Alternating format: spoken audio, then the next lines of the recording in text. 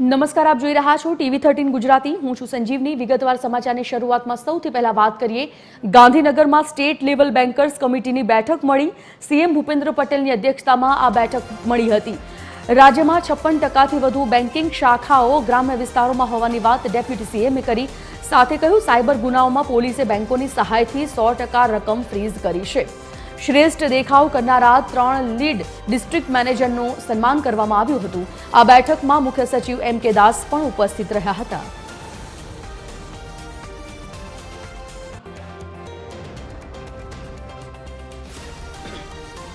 State level bankers કમિટીની બેઠક આજે ગાંધીનગર ખાતે મળી। સીએમ ભૂપેન્દ્ર પટેલની અધ્યક્ષતામાં આ બેઠકનું આયોજન કરવામાં આવ્યું હતું।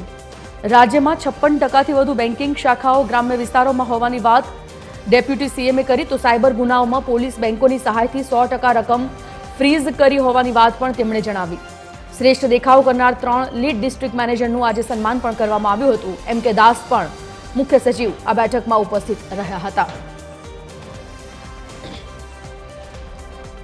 ફોન લાઈન પર એસોસિએટ એડિટર સોનલ અનડકટ જોડાઈ ગયા છે। સોનલ, સ્ટેટ લેવલ બેન્કર્સ કમિટીની બેઠક ગાંધીનગરમાં, શું વિગત? जी, स्टेट लेवल बैंकर्स कमिटीની 187મી બેઠક ગાંધીનગર ખાતે મળી હતી અને નાયબ મુખ્યમંત્રી હર્ષ સંઘવીની અધ્યક્ષતામાં મળેલી આ બેઠકમાં પ્રધાનમંત્રી જનધન યોજનાથી બેન્કિંગ ક્ષેત્રમાં જે અભૂતપૂર્વ ક્રાંતિ આવી તેના સંદર્ભમાં જે ચર્ચા છે તે ખાસ કરવામાં આવી હતી અને સાથે સાથે દેશમાં બેન્કિંગ ઇન્ફ્રાસ્ટ્રક્ચરના વિસ્તરણમાં ગુજરાતે લીડ લીધી હોવાની નોંધ પણ આ બેઠકમાં લેવામાં આવી હતી।